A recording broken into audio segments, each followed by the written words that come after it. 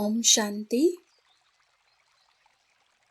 Spark audio book का नाम है वृत्ति और दृष्टि। पार्ट 4। समझदार बार बार धोखा नहीं खाते, अलबेले बार बार धोखा खाते हैं। सभी ने अपनी अपनी कमजोरियों को सच्चाई से स्पष्ट किया है। उस सच्चाई की मार्क्स तो मिल जाएंगी, लेकिन बाप दादा देख रहे थे कि अभी तक जबकि अपने संस्कारों को परिवर्तन करने की शक्ति नहीं आई है, विश्व परिवर्तक कब बनेंगे? अभी दृष्टा हो, दृष्टि द्वारा देखने वाले दृष्टा। दृष्टि क्यों विचलित करते? दिव्य नेत्र से देखते हो व इस चमड़ी के नेत्रों से देखते हो? दिव्य नेत्र से सदा स्वतः ही दिव्य स्वरूप ही दिखाई देगा। चमड़े की आंखें चमड़े को देखती, चमड़ी को देखना, चमड़ी का सोचना, यह किसका काम है? फरिश्तों का, ब्राह्मणों का, स्वराज्य अधिकारियों का? तो ब्राह्मण हो या कौन हो, नाम बोले क्या? सदैव हर एक नारी शरीरधारी आत्मा को शक्ति रूप, जगत माता का रूप, देवी का रूप देखना, यह है दिव्य नेत्र से देखना। कुमारी है, माता है, बहन है, सेवाधारी, निमित्त शिक्षक है, लेकिन है कौन? शक्ति रूप। बहन भाई के संबंध में भी कभी कभी वृत्ति और दृष्टि चंचल हो जाती है, इसलिए सदा शक्ति रूप है, शिव शक्ति है। शक्ति के आगे अगर कोई आसुरी वृत्ति से आते तो उनका क्या हाल होता है, वह तो जानते हो ना।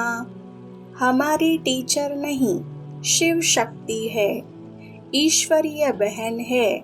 इससे भी ऊपर शिव शक्ति रूप देखो। माताएं व बहनें भी सदा अपने शिव शक्ति स्वरूप में स्थित रहे। मेरा विशेष भाई विशेष स्टूडेंट नहीं, वह शिव शक्ति है और आप महावीर हो। लंका को जलाने वाले पहले स्वयं के अंदर रावण वंश को जलाना है। महावीर की विशेषता क्या दिखाते हैं? वह सदा दिल में क्या दिखाता है? एक राम दूसरा न कोई। चित्र देखा है ना? तो हर भाई महावीर है, हर बहन शक्ति है। महावीर भी राम का है, शक्ति भी शिव की है। किसी भी देहधारी को देख सदा मस्तक के तरफ आत्मा को देखो। बात आत्मा से करनी है व शरीर से। कार्य व्यवहार में आत्मा कार्य करता है व शरीर। सदा हर सेकंड शरीर में आत्मा को देखो। नजर ही मस्तक मणि पर जानी चाहिए। तो क्या होगा? आत्मा आत्मा को देखते स्वतः ही आत्म अभिमानी बन जाएंगे। है तो यह पहला पाठ ना। पहला पाठ ही पक्का नहीं करेंगे, अलफ को पक्का नहीं करेंगे तो बेबादशाही कैसे मिलेगी? सिर्फ एक बात की सदा सावधानी रखो, जो भी करना है श्रेष्ठ कर्म व श्रेष्ठ बनना है, तो हर बात में दृढ़ संकल्प वाले बनो। कुछ भी सहन करना पड़े, सामना करना पड़े, लेकिन श्रेष्ठ कर्म व श्रेष्ठ परिवर्तन करना ही है। इसमें पुरुषार्थी शब्द को अलबेले रूप में यूज नहीं करो। पुरुषार्थी है, चल रहे हैं, कर रहे हैं, करना तो है, यह अलबेलेपन की भाषा है। उसी घड़ी पुरुषार्थी शब्द को अलबेले रूप में यूज नहीं करो। उसी घड़ी पुरुषार्थी शब्द के अर्थ स्वरूप में स्थित हो जाओ। पुरुष हूँ, प्रकृति धोखा दे नहीं सकती। यह सब प्रकार की कमजोरियां अलबेलेपन की निशानियां है। महावीर तो पहाड़ को भी सेकंड में हथेली पर रख उड़ने वाला है, अर्थात पहाड़ को भी पानी के समान हल्का बनाने वाला है। छोटी छोटी परिस्थितियां क्या बात है। फिर तो ऐसे महावीर को कहेंगे चींटी से घबराने वाले। क्या करे, हो जाता है। यह महावीर के बोल है। समझदार यह नहीं कहेंगे कि क्या करे, चोर आ जाता है। समझदार बार बार धोखा नहीं खाते, अलबेले बार बार धोखा खाते हैं। सेफ्टी के साधन होते हुए अगर कार्य में नहीं लगाते तो उसको क्या कहेंगे। जानता हूँ कि नहीं होना चाहिए, लेकिन हो रहा है, इसको कौन सी समझदारी कहेंगे। अव्यक्तवाणी डेट है 27 अप्रैल 1983। ब्राह्मण जीवन का श्रृंगार स्मृति, वृत्ति और दृष्टि की स्वच्छता।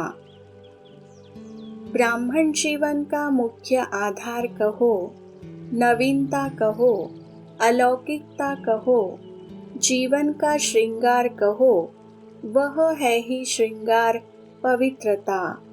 ब्राह्मण जीवन की चैलेंज ही है कामजीत।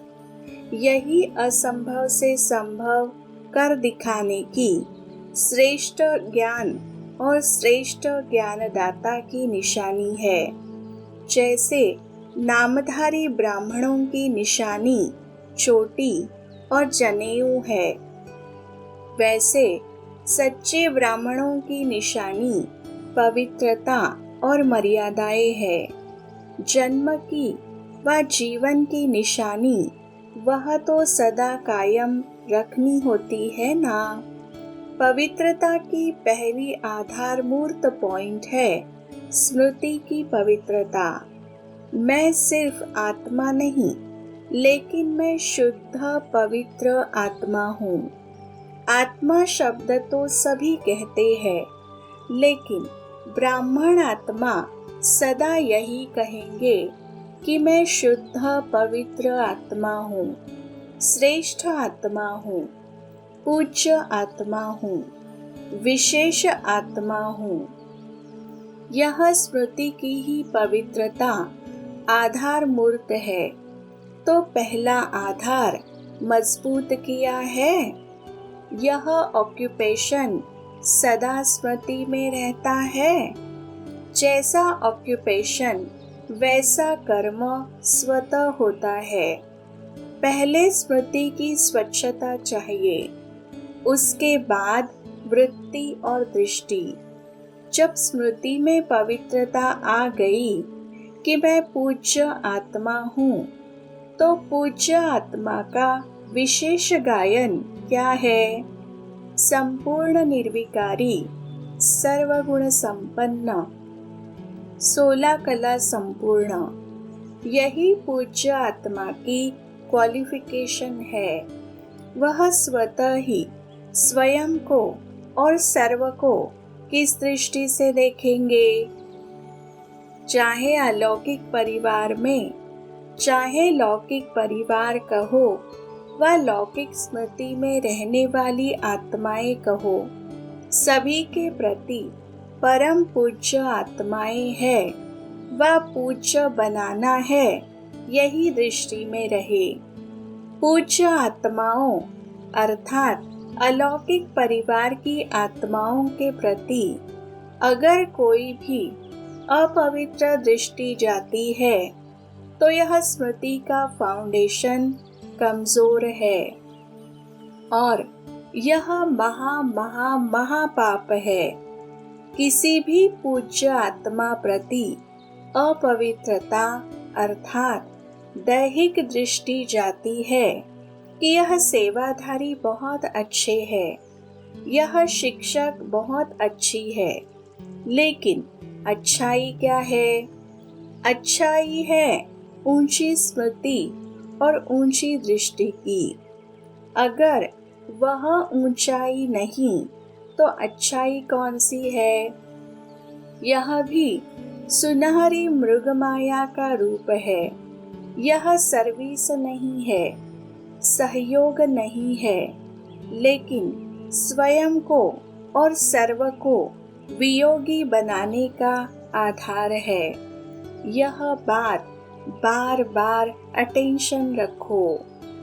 बाप द्वारा निमित्त बने हुए शिक्षक व सेवा के सहयोगी बनी हुई आत्माएं चाहे बहन हो या भाई हो, लेकिन सेवाधारी आत्माओं के सेवा के मुख्य लक्षण त्याग और तपस्या है। इसी लक्षण के आधार पर सदा त्यागी और तपस्वी की दृष्टि से देखो, न कि दैहिक दृष्टि से। श्रेष्ठ परिवार है तो सदा श्रेष्ठ दृष्टि रखो, क्योंकि यह महापाप कभी प्राप्ति स्वरूप का अनुभव करा नहीं सकता। सदा ही कोई न कोई कर्म में, संकल्प में, संबंध संपर्क में डिफेक्ट व इफेक्ट इसी उतराई और चढ़ाई में चलता रहेगा। कभी भी परफेक्ट स्थिति का अनुभव नहीं कर सकेगा। इसलिए सदा याद रखो, पूज्य आत्मा के बदले पाप आत्मा तो नहीं बन गए। इसी एक विकार से और विकार स्वतः ही पैदा हो जाते हैं। कामना पूरी न हुई तो क्रोध साथी पहले आएगा। इसलिए इस बात को हल्का नहीं समझो। इसमें अलबेले मत बनो। बाहर से शुभ संबंध है, सेवा का संबंध है। इस रॉयल रूप के पाप को बढ़ाओ मत। चाहे कोई भी दोषी हो इस पाप के, लेकिन दूसरे को दोषी बनाए, स्वयं को अलबेले मत बनाओ। मैं दोषी हूँ, जब तक यह सावधानी नहीं रखेंगे तब तक महापाप से मुक्त नहीं हो सकेंगे। किसी भी प्रकार का मनसा संकल्प का व बोल का व संपर्क का विशेष झुकाव होना यह लगाव की निशानी है। और कुछ नहीं करते हैं, सिर्फ बात करते हैं। यह बातों का झुकाव भी लगाव की परसेंटेज है। चाहे सेवा के सहयोग की तरफ भी विशेष झुकाव है, यह भी लगाव है। और जब कोई भी इशारा मिलता है तो इशारे को इशारे से खत्म कर देना चाहिए। अगर जिद करते हो और सिद्ध करते हो, स्पष्टीकरण देने की कोशिश करते हो, इससे समझो स्पष्टीकरण अपने पाप की करते हो, बात की नहीं करते हो। पाप की लकीर और लंबी करते जाते हो। इसलिए जब है ही विश्व परिवर्तन के कार्य में, तो स्व परिवर्तन कर लेना यही समझदारी का काम है। अगर कुछ नहीं है तो नहीं कर दो ना, अर्थात स्व परिवर्तन कर बात का नाम निशान खत्म कर दो। यह क्यों, ऐसा क्यों, यह तो चलता ही है।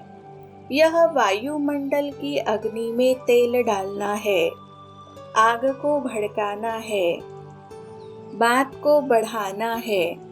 इसीलिए फुल स्टॉप लगाना चाहिए।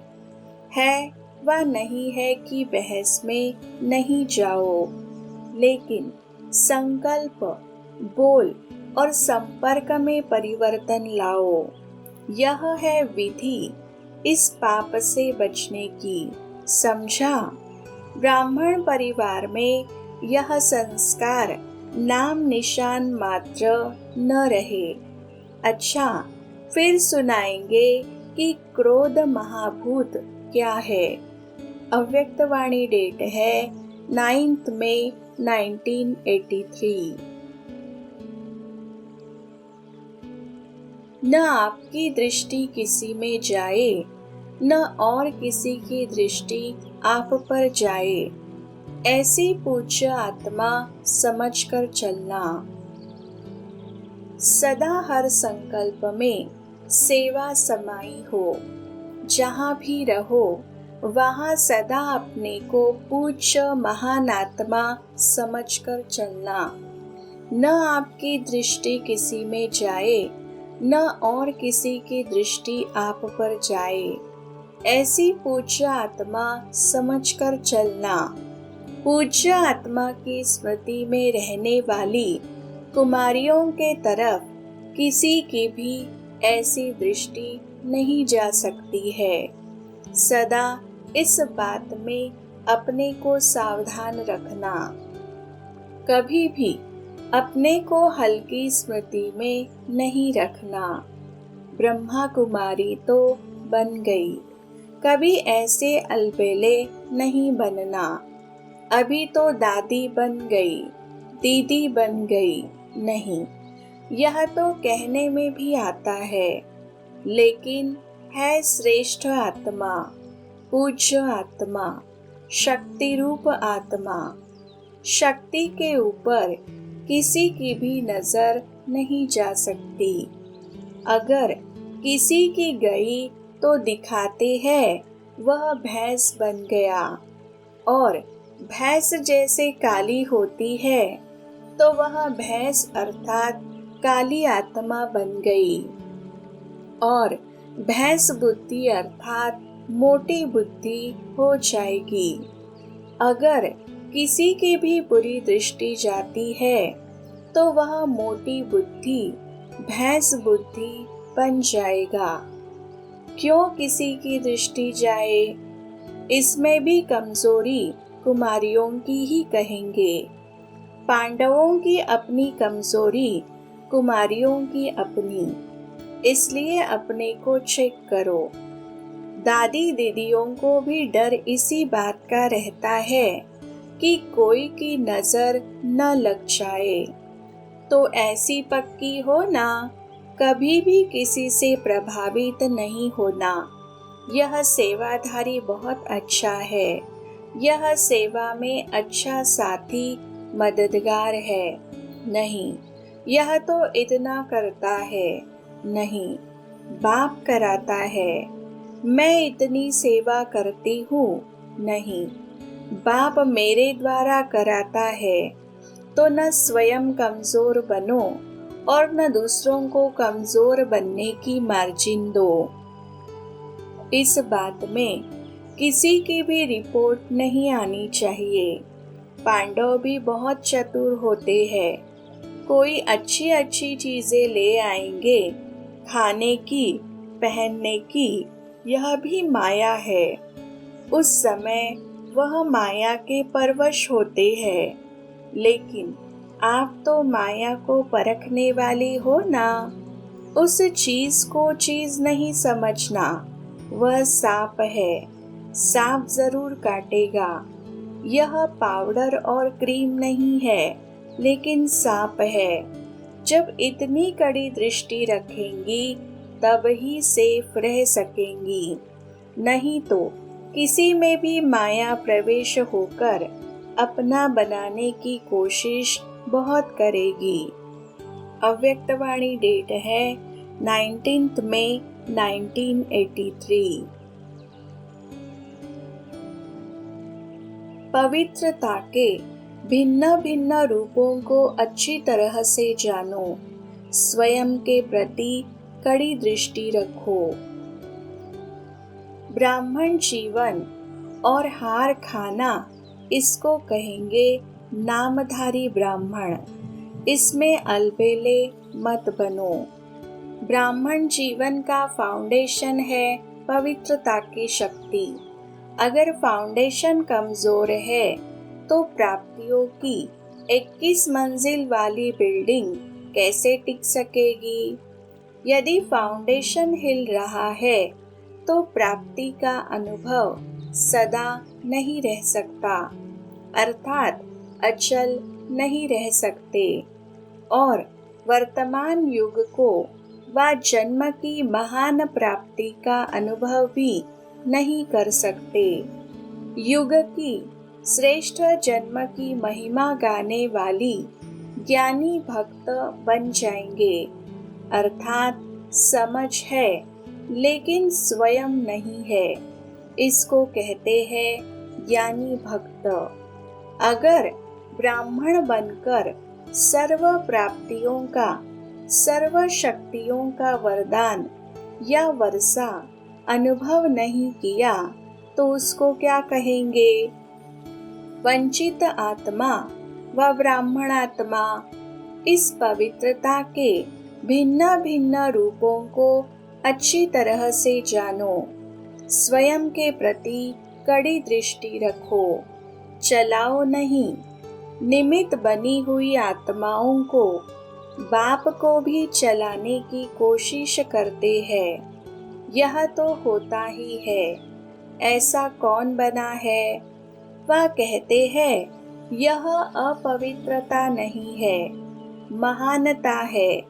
यह तो सेवा का साधन है, प्रभावित नहीं है, सहयोग लेते हैं, मददगार है, इसीलिए प्रभावित है।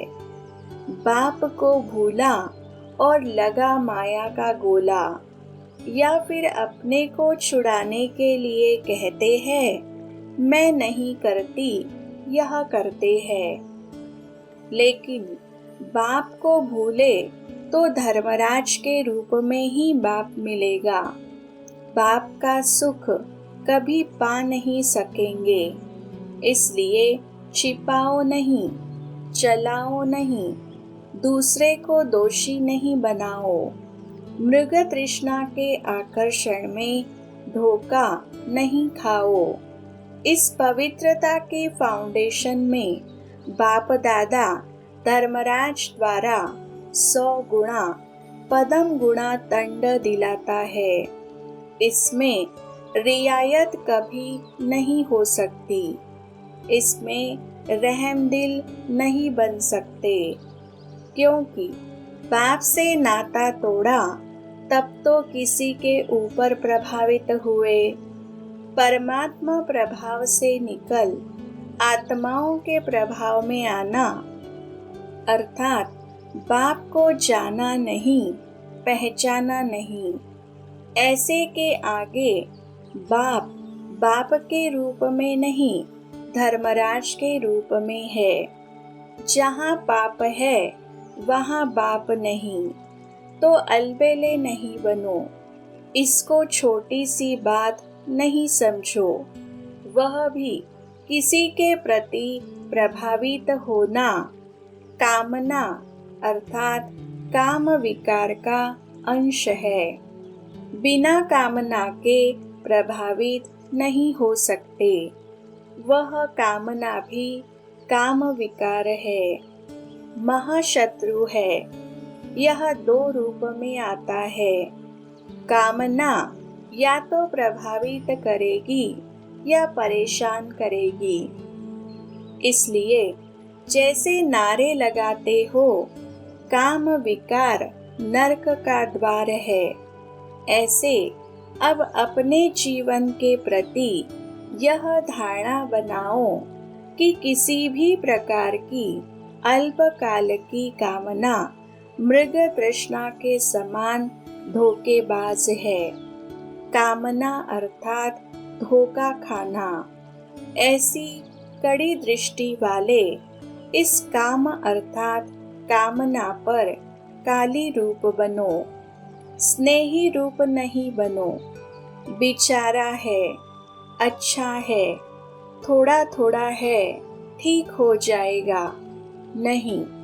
विकर्म के ऊपर विकराल रूप धारण करो, दूसरों के प्रति नहीं, अपने प्रति। तब विकर्म विनाश कर फरिश्ता बन सकेंगे। योग नहीं लगता तो चेक करो, जरूर कोई छिपा हुआ विकर्म अपने तरफ खींचता है। ब्राह्मण आत्मा और योग नहीं लगे, यह हो नहीं सकता। ब्राह्मण माना ही एक के है, एक ही है, तो कहाँ जाएंगे? कुछ है ही नहीं तो कहाँ जाएंगे? अच्छा, सिर्फ ब्रह्मचर्य नहीं, लेकिन और भी काम विकार के बाल बच्चे हैं। बाप दादा को एक बात पर बहुत आश्चर्य लगता है।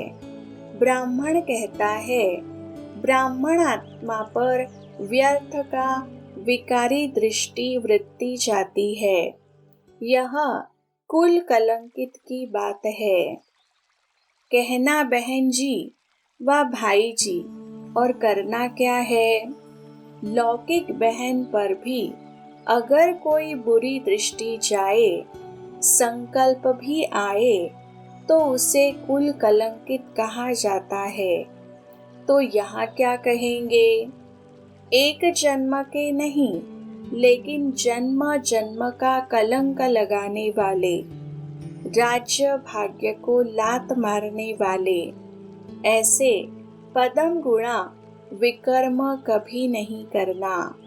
यह विकर्म नहीं, महाविकर्म है। इसलिए सोचो, समझो, संभालो। यही पाप जमदूतों की तरह चिपक जाएंगे। अभी भले समझते हैं बहुत मजे में रह रहे हैं, कौन देखता है, कौन जानता है, लेकिन पाप पर पाप चढ़ता जाता है और यही पाप खाने को आएंगे। बाप दादा जानते हैं कि इसकी रिजल्ट कितनी कड़ी है। जैसे शरीर से कोई तड़प तड़प कर शरीर छोड़ता है, वैसे बुद्धि पापों में तड़प तड़प कर शरीर छोड़ेगी। सदा सामने यह पाप के जमदूत रहते हैं। इतना कड़ा अंत है। इसलिए वर्तमान में गलती से भी ऐसा पाप नहीं करना। बाप दादा सिर्फ सम्मुख बैठे हुए बच्चों को नहीं कह रहे हैं, लेकिन चारों ओर के बच्चों को समर्थ बना रहे हैं, खबरदार होशियार बना रहे हैं। समझा? समझा? अभी तक इस बात में कमजोरी काफी है। अव्यक्तवाणी डेट है 12 अप्रैल 1984। दृष्टि से दृष्टि की भाषा को जानो। दो गायन है, नजर से निहाल और मुरली का जादू। इसलिए अब दृष्टि द्वारा वरदान पाने के अधिकारी बनो। जितना स्वयं अव्यक्त स्थिति में स्थित होंगे, उतना अव्यक्त दृष्टि की भाषा को कैच कर सकेंगे। यह दृष्टि का वरदान सदा काल का परिवर्तन का वरदान है। वाणी का वरदान कभी याद रहता, कभी भूल जाता है, लेकिन अव्यक्त रूप बन अव्यक्त दृष्टि से प्राप्त हुआ वरदान सदा स्मृति स्वरूप समर्थ स्वरूप बनाता है। अभी दृष्टि से दृष्टि की भाषा को जानो। स्थापना में क्या हुआ? दृष्टि की भाषा से, दृष्टि के जादू से स्थापना का कार्य आरंभ हुआ।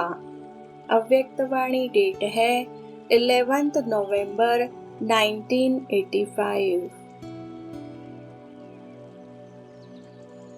मेरा हर कर्म सेवा अर्थ है तो स्वतः ही श्रेष्ठ कर्म करेंगे।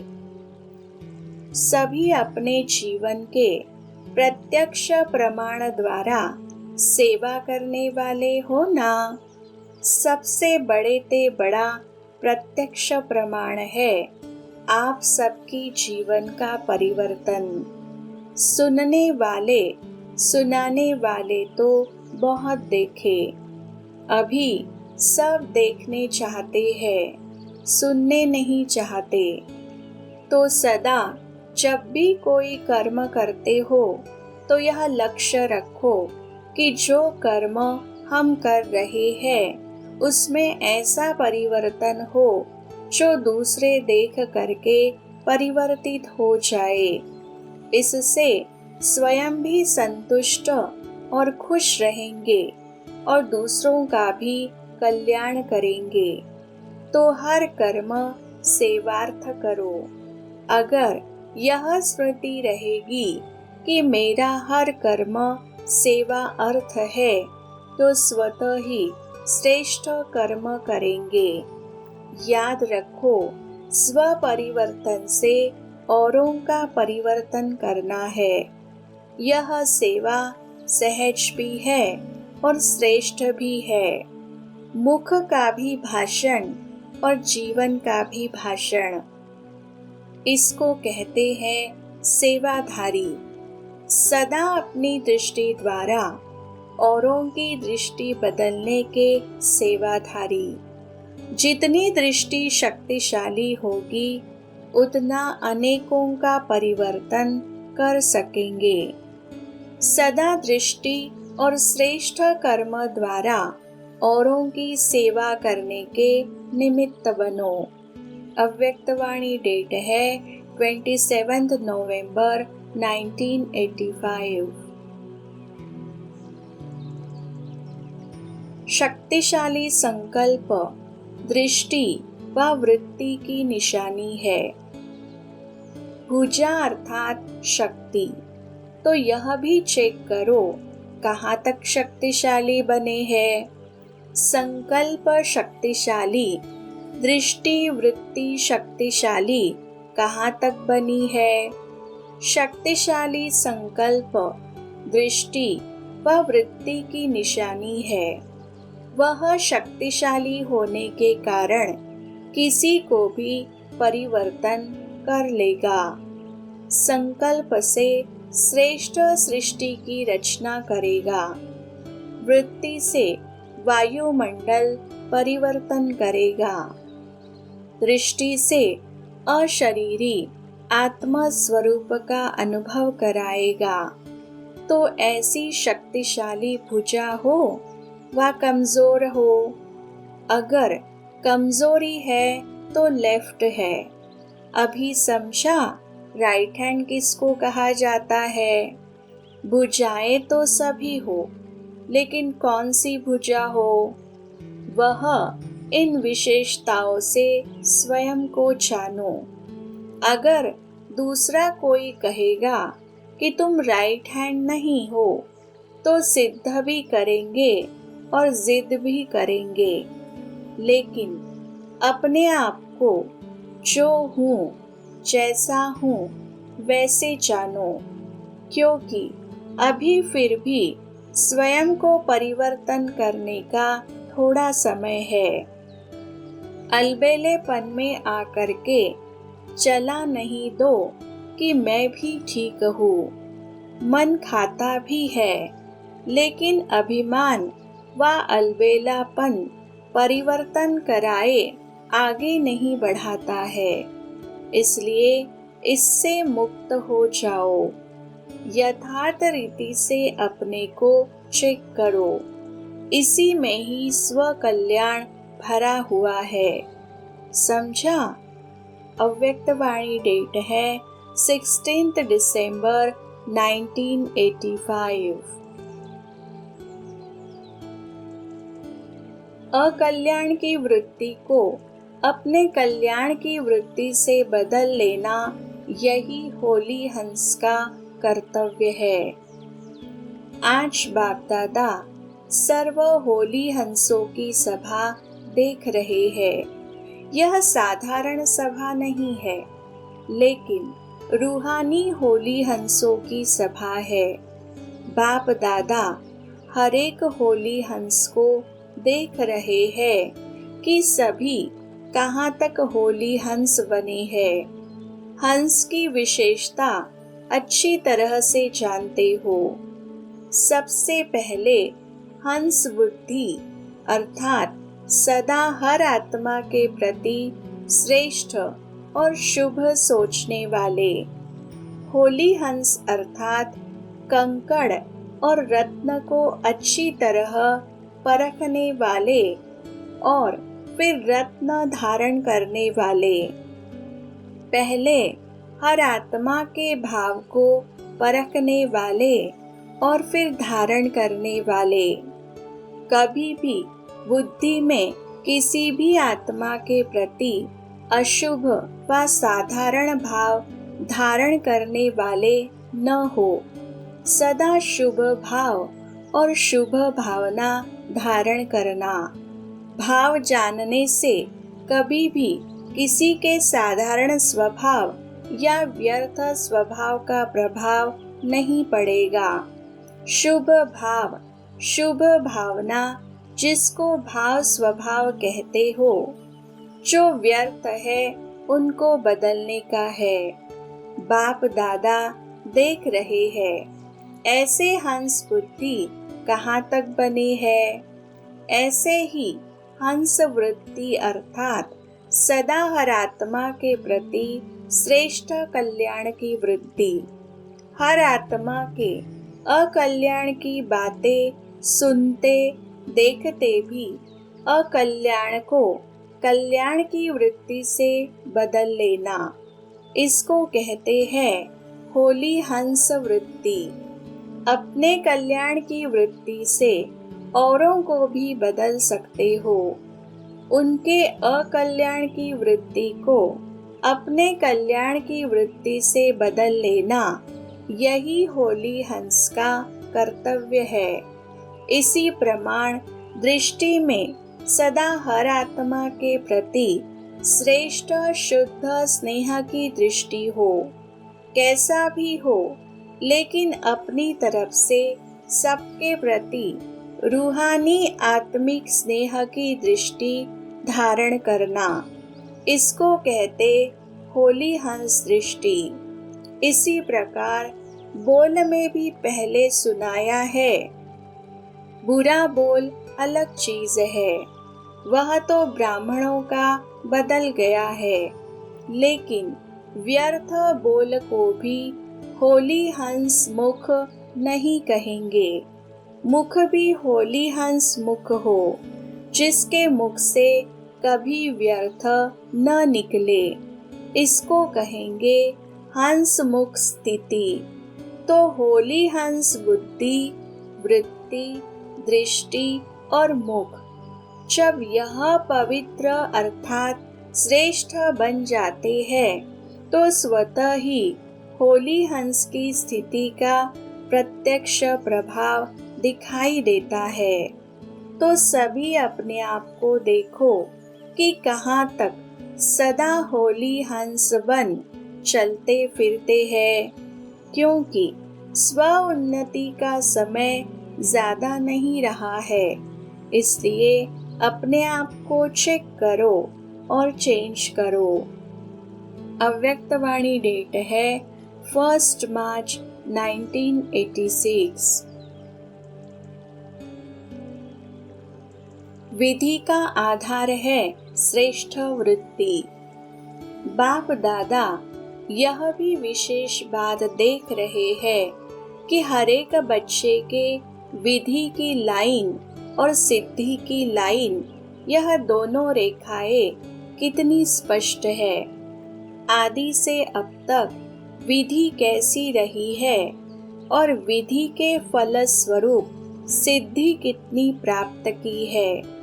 दोनों रेखाएं कितनी स्पष्ट है और कितनी लंबी, अर्थात विधि और सिद्धि का खाता कितना यथार्थ रूप से जमा है। विधि का आधार है श्रेष्ठ वृत्ति। अगर श्रेष्ठ वृत्ति है तो यथार्थ विधि भी है, और यथार्थ विधि है तो सिद्धि श्रेष्ठ है ही है। तो विधि और सिद्धि का बीज वृत्ति है। श्रेष्ठ वृत्ति सदा भाई भाई की आत्मिक वृत्ति हो। यह तो मुख्य बात है ही, लेकिन साथ साथ संपर्क में आते हर आत्मा के प्रति कल्याण की, स्नेह की, सहयोग की, निस्वार्थपन की निर्विकल्प वृत्ति हो, निर्व्यर्थ संकल्प वृत्ति हो। कई बार किसी भी आत्मा के प्रति व्यर्थ संकल्प व विकल्प की वृत्ति होती है, तो जैसी वृत्ति, दृष्टि और वैसी ही उस आत्मा के कर्तव्य, कर्म की सृष्टि दिखाई देगी। कभी कभी बच्चों का सुनते भी है और देखते भी है। वृत्ति के कारण वर्णन भी करते हैं। चाहे वह कितना भी अच्छा कार्य करे, लेकिन वृत्ति व्यर्थ होने के कारण सदा ही उस आत्मा के प्रति वाणी भी ऐसी ही निकलती कि यह तो है ही ऐसा, होता ही ऐसा है। तो यह वृत्ति उनके कर्म रूपी सृष्टि वैसी ही अनुभव कराती है। जैसे आप लोग इस दुनिया में आँखों की नजर के चश्मे का दृष्टांत देते हैं। जिस रंग का चश्मा पहनेंगे वही दिखाई देगा। ऐसे यह जैसी वृत्ति होती है तो वृत्ति दृष्टि को बदलती है, दृष्टि सृष्टि को बदलती है। अगर वृत्ति का बीज सदा ही श्रेष्ठ है तो विधि और सिद्धि सफलतापूर्वक है ही। तो पहले वृत्ति के फाउंडेशन को चेक करो। उसको श्रेष्ठ वृत्ति कहा जाता है। अगर किसी संबंध संपर्क में श्रेष्ठ वृत्ति के बजाय मिक्स है तो भले कितनी भी विधि अपनाओ, लेकिन सिद्धि नहीं होगी, क्योंकि बीज है वृत्ति और वृक्ष है विधि और फल है सिद्धि। अगर बीज कमजोर है तो फल चाहे कितना भी विस्तार वाला हो, लेकिन सिद्धि रूपी फल नहीं होगा। इसी वृत्ति और विधि के ऊपर बाप दादा बच्चों के प्रति एक विशेष गृह रिहान कर रहे थे। अव्यक्तवाणी डेट है 6 दिसंबर 1987। ब्रह्मा कुमारी जीवन अर्थात ब्रह्मा बाप समान मौज की जीवन। ब्रह्मा कुमारी बनना अर्थात दिल की मौज में रहना, न कि स्थूल मौजों में रहना। दिल की मौज से किसी भी परिस्थिति में, किसी भी कार्य में मूंझने को मौज में बदल देंगे।